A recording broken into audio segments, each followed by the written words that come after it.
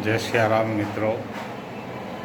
આજે પિતૃ તર્પણ કરવાનો દિવસ એટલે કે ભાદરવી અમાસ.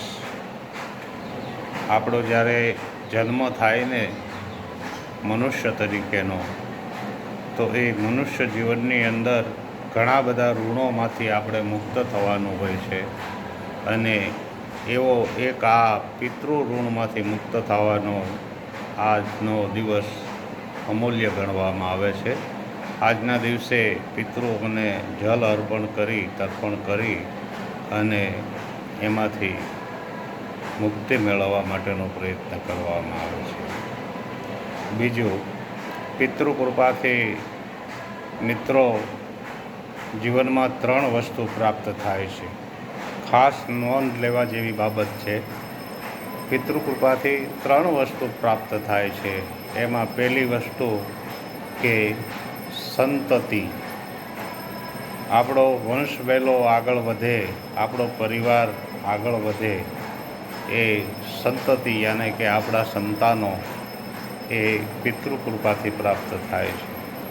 જ્યારે બીજું સંપત્તિ.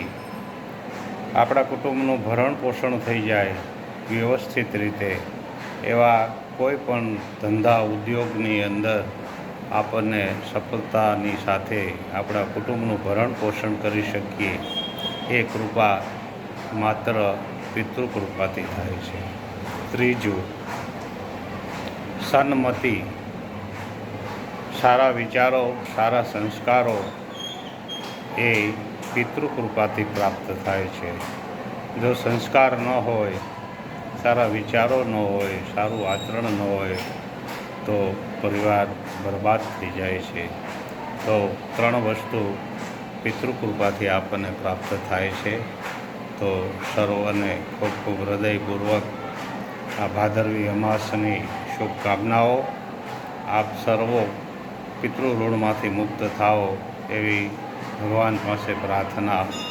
જય સિયારામ.